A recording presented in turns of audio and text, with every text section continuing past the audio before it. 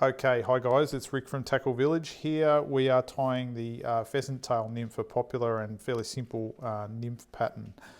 So first step is I've taken a hook, in this case TMC 3761 wet fly hook, which is a bit longer in the shank and a bit heavier than a standard hook. I've put a bead on that and laid down a thread base. Now first step with this fly is to tie in 4 fibres from the pheasant tail to make the tail initially. I'm just going to tie that in now at the bend of the hook. That looks like about the right length for the tail, slightly shorter than the shank of the hook in this case because it's a longer shanked hook. So we've tied in the tail. Next step is to tie in a length of copper wire to rib the body. I'll just tie in that copper wire right there. Now, next step is to bring the hook forward to about 2/3 of the way up the shank. So I'll leave it about there, just leaving enough room for the thorax on this fly. So to create the body, we wind these pheasant tail fibres forward, one after the other. I release them when I come back for the next, to lay down the next wind. Otherwise you find that they do twist, and I don't like the effect that you get when they twist. So I'm just releasing them, winding them forward to the point where we get to our thread. Now for this last wind, can maybe even do a double here, just because this body, it doesn't really matter. In fact, it probably helps us a little if it's getting thicker as we sort of approach the thorax. So there I've just done 2 turns around that, 3 turns to anchor it, a couple of turns in front, and we will trim off the excess pheasant tail feathers.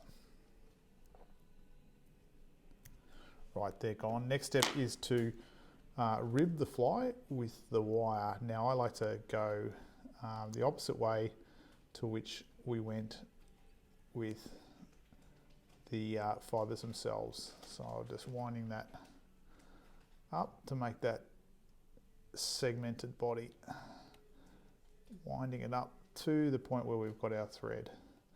And again, just whip around that wire, a couple of turns, whoops, a couple of turns, turn in front, and we can trim off the surplus wire just using the bottom bit of the scissor blade so we're not wrecking our scissors for future use.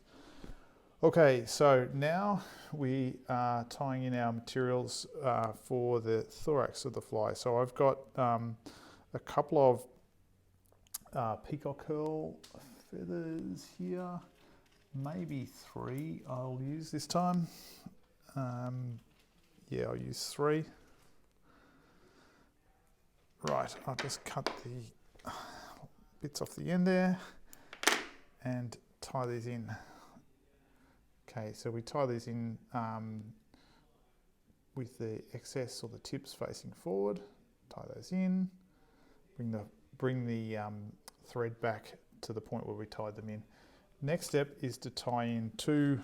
I'm going to make the flashback variant of this fly this time, so I'm going to tie in 2 pieces of green tinsel, which will come over the top of the peacock curl thorax to make a flashback body, just to give it a little bit more colour and bling to this fly. Oh, I've only tied in 1 there. I'll tie in the second one now. Proving a little tricky. Okay, that's got that tied in, I believe. Have we? Yes, we do. Here's our tinsel, and in my right hand is the peacock curl.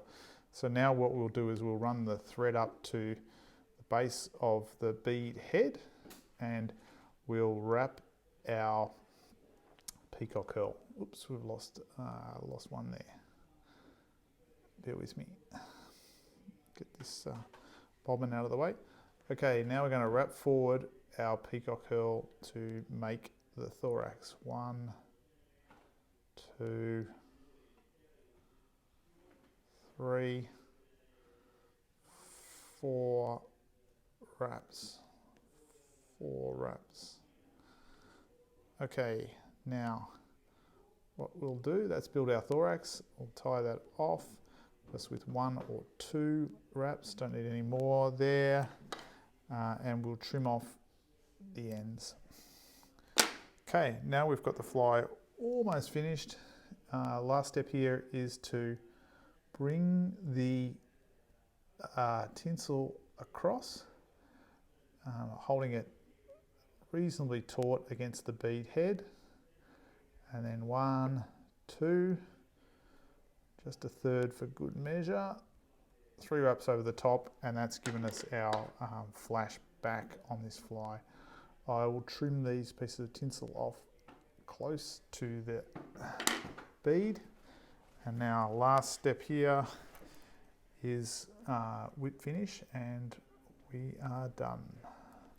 My whip finish tool, 1, 2, 3, behind the bead, pull up the thread,